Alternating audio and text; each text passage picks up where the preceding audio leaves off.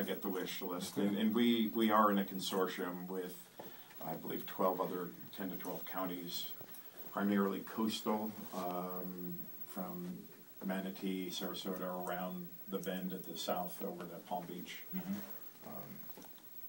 Letting our legislators know, we want to see an increase in their rate of eliminating the red tape, getting rid of some of the unnecessary rules, regulations, reports, compliance pieces, and that we're also hoping to get some increase in funding, start the trek back.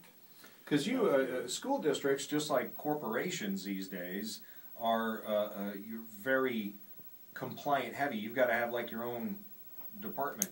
Yeah, for filling out compliance paperwork and stuff like that. We're highly regulated, and there has to be some state regulation because education is the responsibility of the state. But Florida has made it a collegiate sport.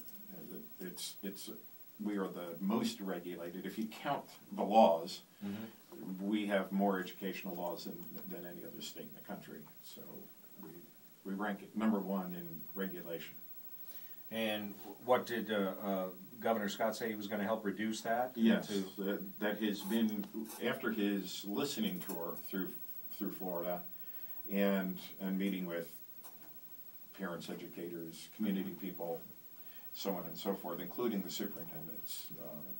His first attempt at working collaboratively with us is to eliminate some of the red tape. So we've submitted 40 plus statutes that... Is that just you or all 10?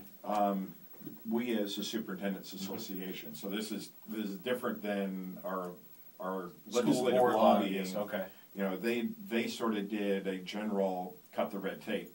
The superintendents, along with the Department of Education, submitted a list of specific statutes by name with what we want them to do with those statutes. And what do you think? How do you think it's going to turn out? We gave them a short list last year, and they did nothing. The legislature did. Really? Not surprising. The lobbyists came out and said, no, don't give them that. No, we can't reduce that. You've got to make them do these things because it generates money or funding or something for somebody out there.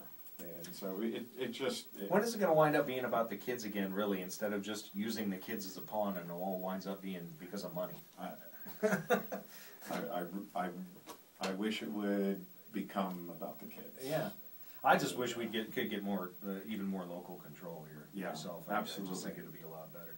So, do you have any reports to give us? How are the kids doing these days? Well, we're right in the thick of instruction, and we try not.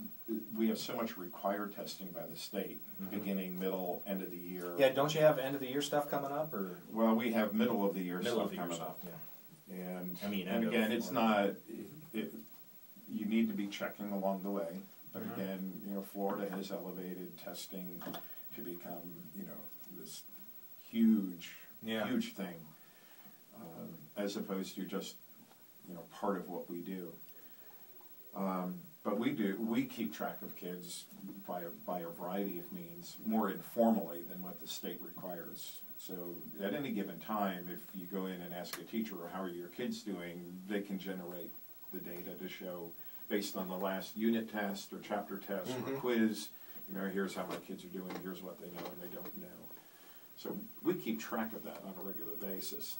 What we report to the state, or the data the state collects, are the bigger assessments at the beginning of the year, the middle of the year, and the end of the year. All right. Hi, caller. You're on News Radio 1580.